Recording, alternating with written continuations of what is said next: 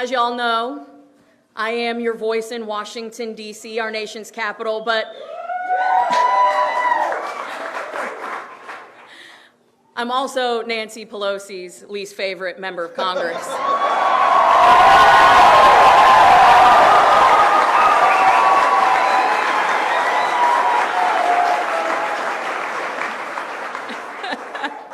This is like a family reunion for me. So, as the wife of a first responder, my husband Matt, he's over here.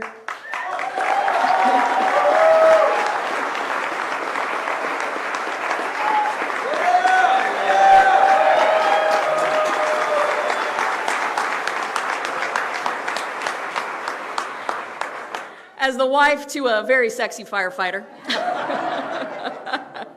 I know firsthand what goes into day in, day out of the first responder family.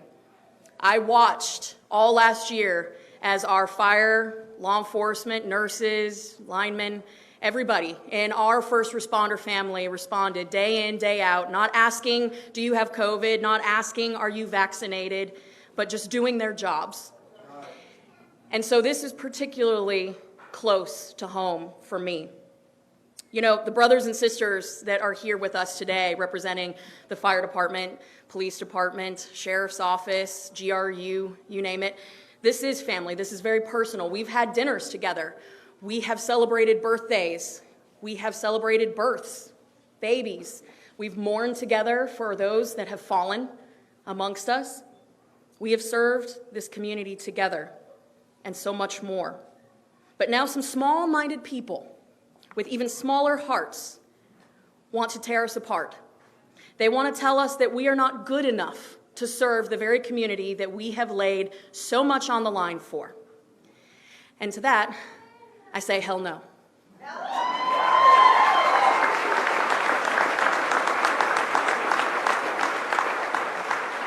Now, as your federal representative, I'm used to dealing with overreach from elected officials and, the talking out of both sides of their mouth, but I have absolutely had enough. This isn't anti-vaccine. We stand here today as anti-mandate. Now, first, we heard from Biden that he wouldn't mandate the vaccines. Then we heard he would consider them.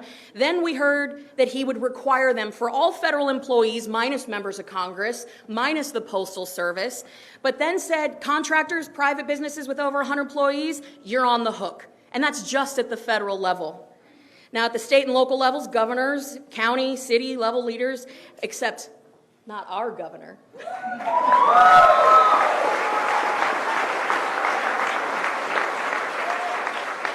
They have now begun mandating vaccines for their employees, and here in our own North Central Florida, our first responders and city employees are being forced to take the vaccine or forced out of their jobs. Well, that's BS. Now, I know too many here today, too many of our brothers and sisters that are being forced to make a decision that is a loss either way. I know too many who have spent the last year responding to COVID calls when no one was vaccinated. And now those same people who have responded over and over are being told that, again, they're not enough. Now, I don't know about you, but I don't know where in the Constitution the government's powers over one's personal health decisions can be found. Maybe that's because there is no such power.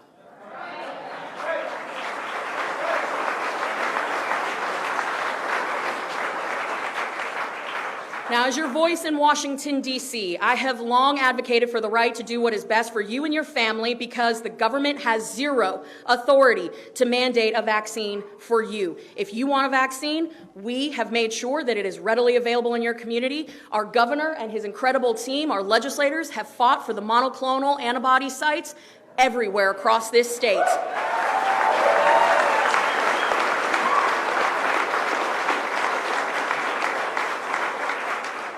But if you don't want the vaccine, because that is a discussion between you and your doctor, we are going to fight for your right to make your own decisions.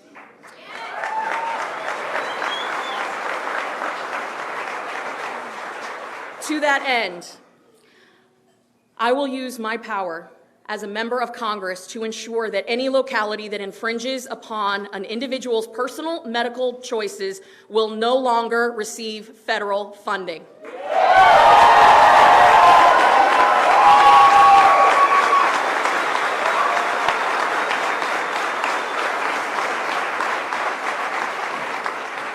and to the private small businesses now pressed with another unconstitutional mandate directed at your employees, I will be introducing legislation to dismantle the authority given to OSHA and other federal agencies being used to enforce Biden's unconstitutional order.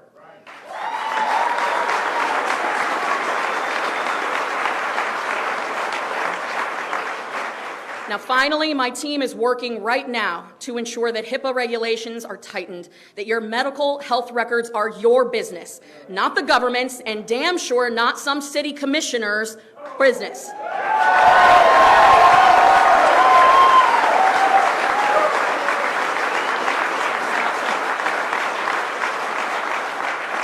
Now, we will not let tyrannical officials dictate life decisions of our citizens with unconstitutional mandates.